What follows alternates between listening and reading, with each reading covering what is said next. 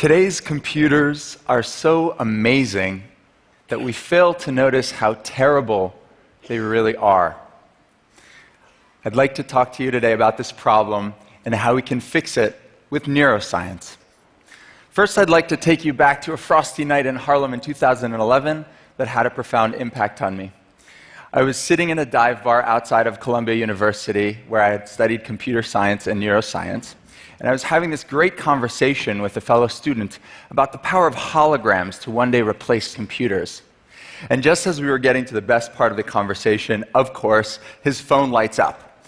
And he pulls it towards himself and he looks down and he starts typing. And then he forces his eyeballs back up to mine and he goes, "Keep going, I'm with you." But of course, his eyes were glazed over and the moment was dead. Meanwhile, across the bar, I noticed another student holding his phone, this time towards a group. And he was swiping through pictures on Instagram. And these kids were laughing hysterically. And that dichotomy between how crappy I was feeling and how happy they were feeling about the same technology really got me thinking. And the more I thought of it, the more I realized it was clearly not the digital information that was the bad guy here. It was simply the display position that was separating me from my friend and that was binding those kids together. See, they were connected around something, just like our ancestors who evolved their social cognitions, telling stories around the campfire. And that's exactly what tools should do, I think. They should extend our bodies, and I think computers today are doing quite the opposite. Whether you're sending an email to your wife, or you're composing a symphony, or just consoling a friend, you're doing it in pretty much the same way. You're hunched over these rectangles, fumbling with buttons and menus and more rectangles. And I think this is the wrong way. I think we can start using a much more natural machine. We should use machines that bring our work back into the world. We should use machines that use the principles of neuroscience to extend our senses versus going against them. Now, it just so happens that I have such a machine here. It's called the Meta 2. Let's try it out.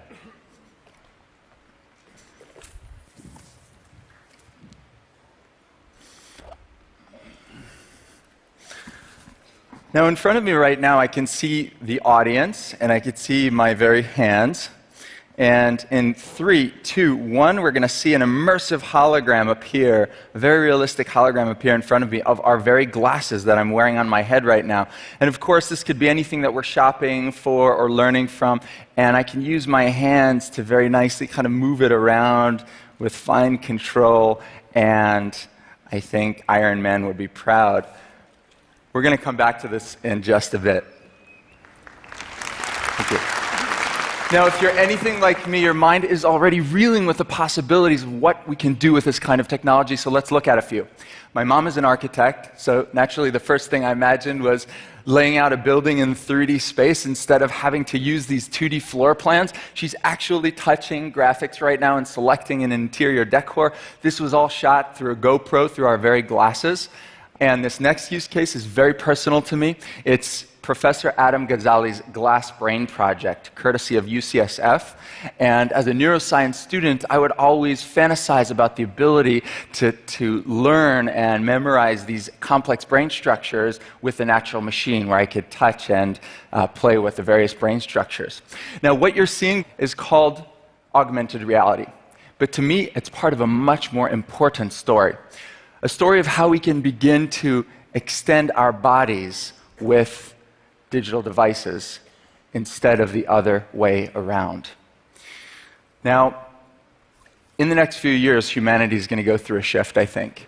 We're going to start putting an entire layer of digital information on the real world. Just imagine for a moment what this could mean for storytellers, for painters, for brain surgeons, for interior decorators, and maybe for all of us here today. And what I think we need to do as a community is really try and make an effort to imagine how we can create this new reality in a way that extends the human experience instead of gamifying our reality or cluttering it with digital information. And that's what I'm very passionate about. Now, I want to tell you a little secret. In about 5 years, this is not the smallest device, in about 5 years, these are all going to look like strips of glass on our eyes that project holograms. And just like we don't care so much about which phone we buy in terms of the hardware, we buy it for the operating system. As a neuroscientist, I always dreamt of building the iOS of the mind, if you will. And it's very, very important that we get this right, because we might be living inside of these things for at least as long as we've lived with the Windows graphical user interface. And I don't know about you, but living inside of Windows scares me. To isolate the single most intuitive interface out of infinity, we use neuroscience to drive our design guidelines instead of letting a bunch of designers fight it out in the boardroom. And the principle we all revolve around is what's called the neural path of least resistance. At every turn, we're connecting the iOS of the brain with our brain on, for the first time, our brain's terms. In other words, we're trying to create a zero learning curve computer. We're building a system that you've always known how to use. And here are the first 3 design guidelines that we employ in this brand new form of user experience. First and foremost, you are the operating system. Traditional file systems are complex and abstract, and they take your brain extra steps to decode them. We're going against the neural path of least resistance. Meanwhile, in augmented reality, you can, of course, place your holographic TED panel over here and your holographic email on the other side of the desk, and your spatial memory evolved just fine to go ahead and retrieve them. You could put your holographic Tesla that you're shopping for, or whatever model my legal team told me to put in right before the show. Perfect. And your brain knows exactly how to get it back. The second interface guideline we call touch to see. What do babies do when they see something that grabs their interest? They try and reach out and touch it. And that's exactly how the natural machine should work as well. Turns out the visual system gets a fundamental boost from a sense we call proprioception. That's the sense of our body parts in space. So by touching our work directly, we're not only going to control it better, we're also going to understand it much more deeply. Hence, touch to see. But it's not enough to experience things ourselves. We're inherently these social primates. And this leads me to our third guideline, the holographic campfire from our first story.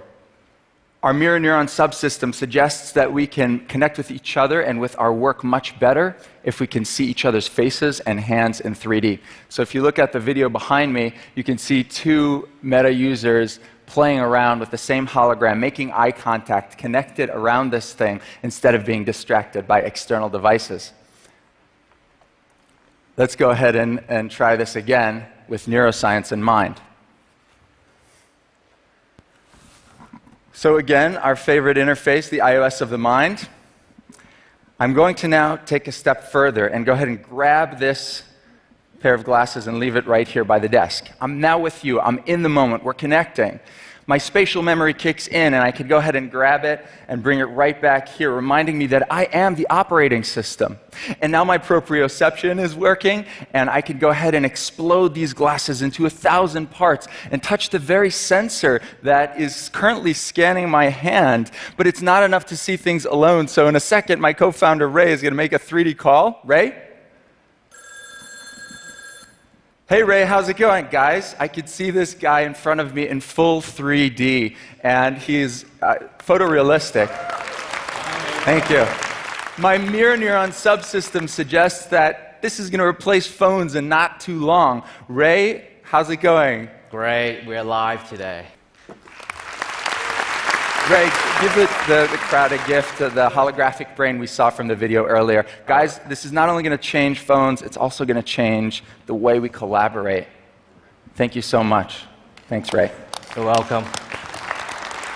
So, folks, this is the message that I discovered in that bar in 2011. The future of computers is not locked inside one of these screens. It's right here inside of us.